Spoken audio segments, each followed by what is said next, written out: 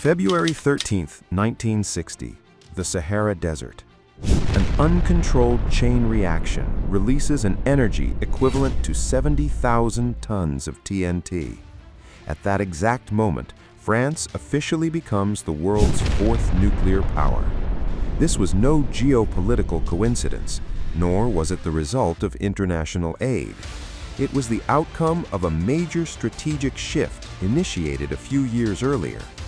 At the time, France was a country whose conventional army was exhausted by decolonization and whose defense relied entirely on the American nuclear umbrella. Yet, in less than a decade, French decision-makers would design a system capable of making any aggression against France strategically unacceptable. How did the nation move from total dependence on NATO to a nuclear autonomy that guaranteed absolute freedom of decision? Today, we will analyze the genesis, the scientific drivers, and the brutal doctrine of the force de frappe.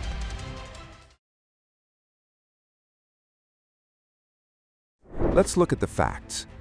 1956, the Suez Crisis. France and the United Kingdom lead a military operation to regain control of the canal. On November 6, 1956, under direct pressure from U.S. President Dwight Eisenhower, both countries are forced to cease hostilities and withdraw.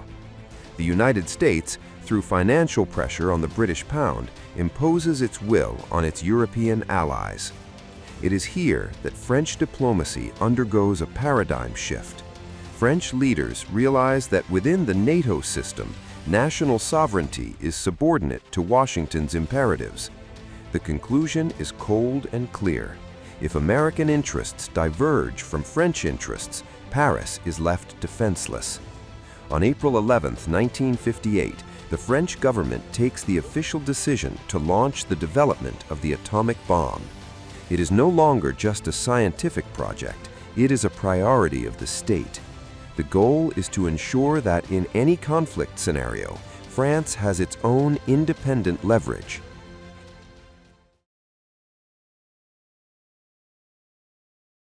To understand France's isolation, we must analyze the nuclear hierarchy of the time. In 1960, the club is very restricted.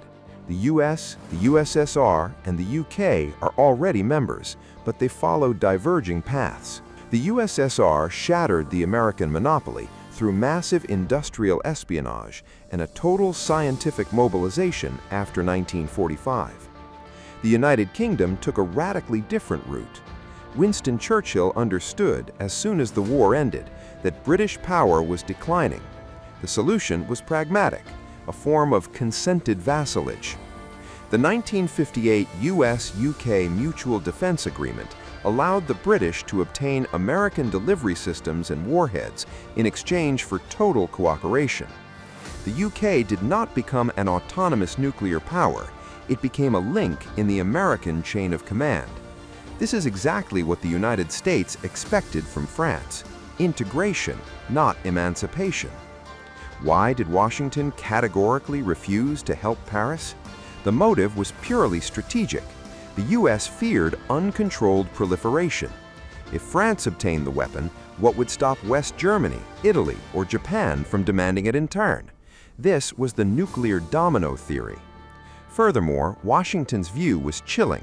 The Americans did not want European allies to be able, through their own decisions, to drag the United States into a nuclear war. For Eisenhower and later Kennedy, a nuclear France was a France capable of strategic disobedience. France was not looking to be a link in the American chain of command. It was looking to become a force capable of flipping the table. It was this will to break with the British model of subordination that turned France into a nuclear pariah in the eyes of the White House. France is therefore isolated. However, it's worth noting that France is no novice. Since the end of World War II, it has invested heavily in civilian nuclear power. The CEA, Atomic Energy Commission, allowed France to become in just a few years a world leader in reactor construction. This mastery of the civil atom was a major asset. It meant France already had the infrastructure, the technical know-how, and above all, access to refined nuclear materials that could be redirected toward military use.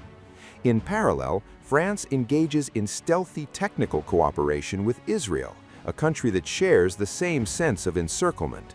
Transfers of technology and materials take place in total discretion. But as soon as Charles de Gaulle returns to power in late 1958, the line is drawn.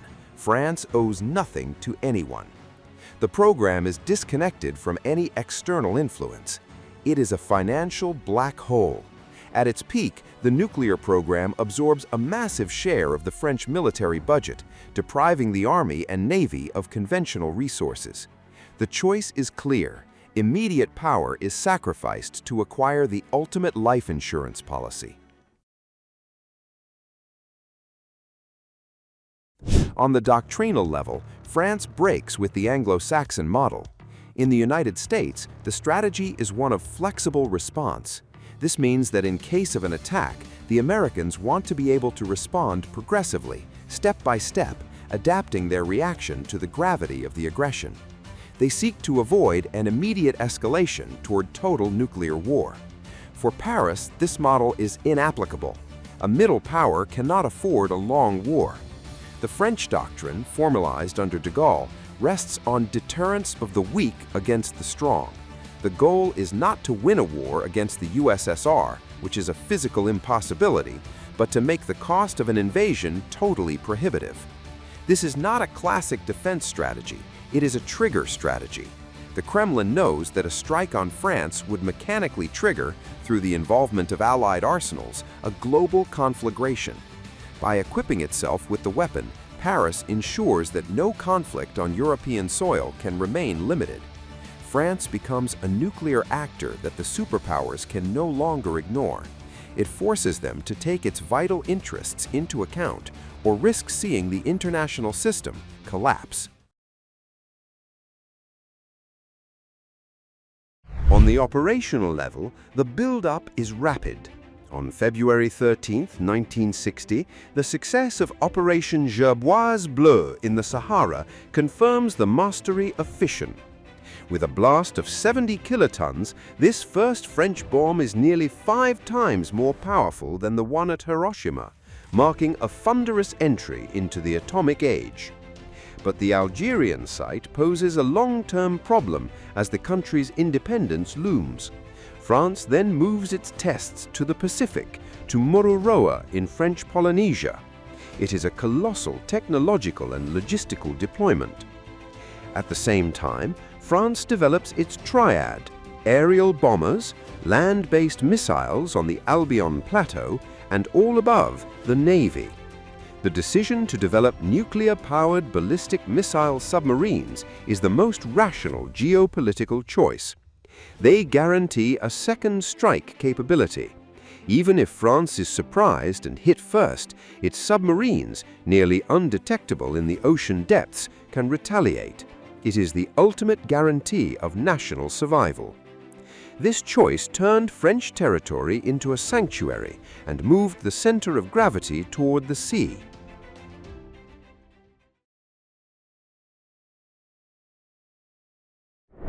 Acquiring the nuclear weapon redefines France's role on the UN Security Council. Factually, France is no longer just a victor of the Second World War, it is a nuclear power in its own right. This status allows it to challenge the world's bipolarity. De Gaulle withdraws from NATO's Integrated Military Command in 1966. France maintains its alliance with the West, but it retains its full freedom of decision. In practice, this independence is the pillar of French diplomacy. Whether during crises in the Middle East or in dealings with the blocs, France acts according to its own imperatives without having to seek Washington's approval. This strategic autonomy is perceived by some as arrogance, but by others as the mark of a nation that knew how to preserve its sovereign power. The nuclear weapon is not a tool of conquest, it is a tool to protect political sovereignty. The French nuclear program is the most striking industrial and strategic success of the Fifth Republic. It was financed by decades of budgetary sacrifice. The results are clear. France succeeded where many other nations failed or gave up. Today, as the world order fragments, France finds itself with a complex legacy. Deterrence is not measured by the number of warheads, but by political credibility. If the world changes, the logic of deterrence remains immutable. It is the capacity to say no to a superior force. History teaches us that in international relations, power is not shared, it is possessed. France chose to possess its own, independent of the blocs. It is a trajectory that deserves to be studied for what it is, a pragmatic decision that allowed a European country to maintain its autonomy. Every day, a man or a woman holds the power to turn the map of the world to ashes. It is a dizzying thought, but it is undoubtedly the price to pay to avoid being a mere spectator of one's own destiny. What do you think? Is this strategy of nuclear independence still a guarantee of sovereignty in today's world? Or does it belong to another era? Your opinion in the comments matters. Thank you for following this deep dive into the heart of French power.